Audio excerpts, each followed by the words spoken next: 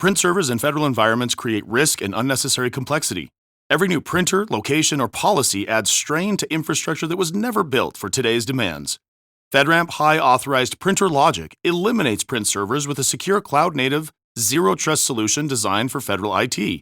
With advanced security, centralized control, and simplified management, agencies can modernize print without added burden. See what secure serverless printing looks like.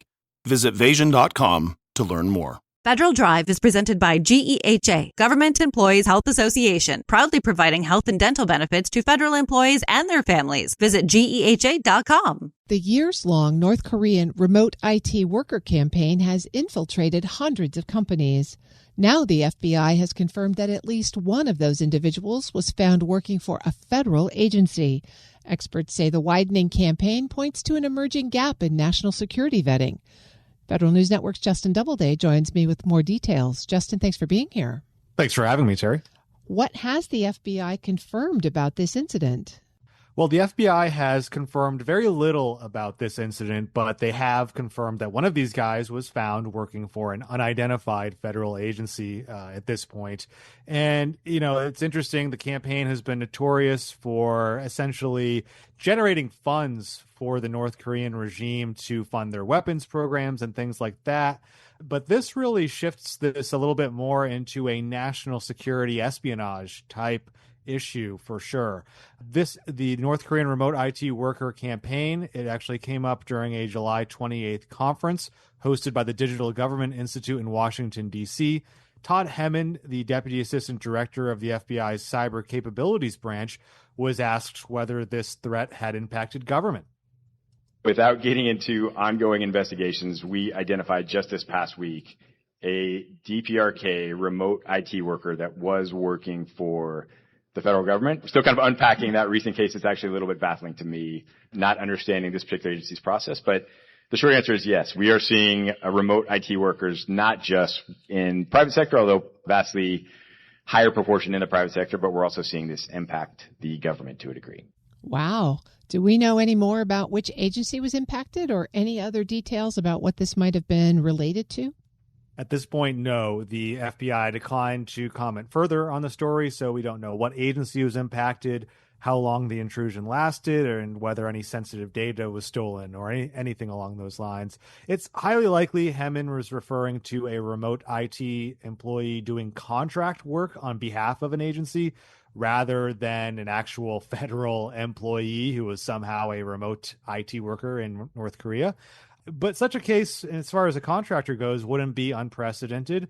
Just last year, a Maryland man was sentenced to 15 months in prison for allowing a North Korean national in China to work on software development contracts for the Federal Aviation Administration.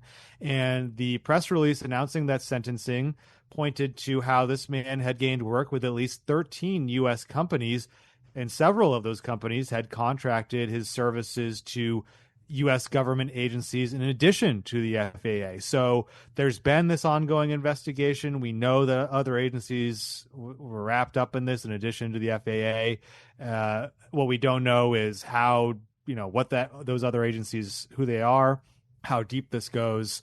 But, I talked to a former FBI official who requested anonymity to speak candidly, and they said it's a natural progression for this campaign to try to get placement in government locations rather than just corporate work.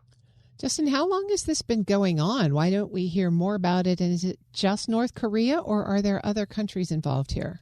Well, the FBI and other law enforcement agencies have been very focused on this North Korean IT worker scheme going back to at least 2022. Investigators say the North Korean government has dispatched thousands of highly skilled IT workers across the world to gain fraudulent employment.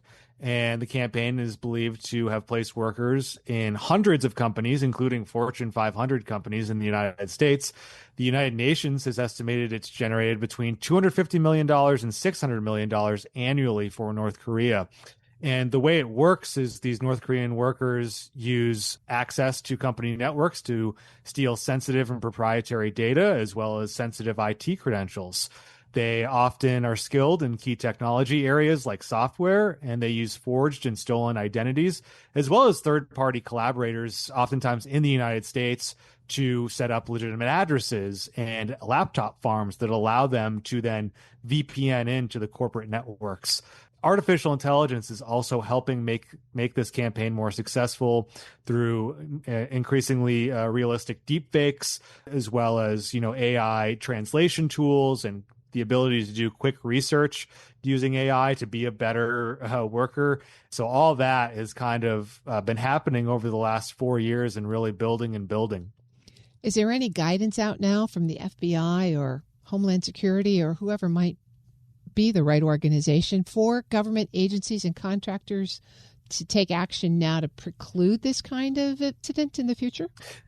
There's been a lot of guidance put out there in some of these FBI alerts, and actually the State Department just led a global alert with at least more than a dozen other foreign partner agencies about this specific North Korean IT worker threat. And what they say is generally look out for things like frequent changes in registered information, such as account names, contact details, and bank account information. Also, you look for multiple accounts for using the same identification document. Check those identification documents really closely to see if it's been forged or altered using image editing software.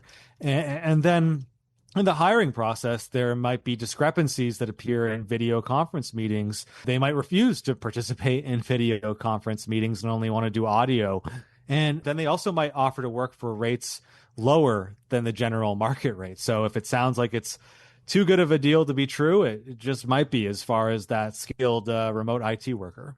That's Federal News Network's Justin Doubleday. Justin, thanks for bringing us this story. Yeah, no problem. Thanks for having me. And you can find his full story at federalnewsnetwork.com.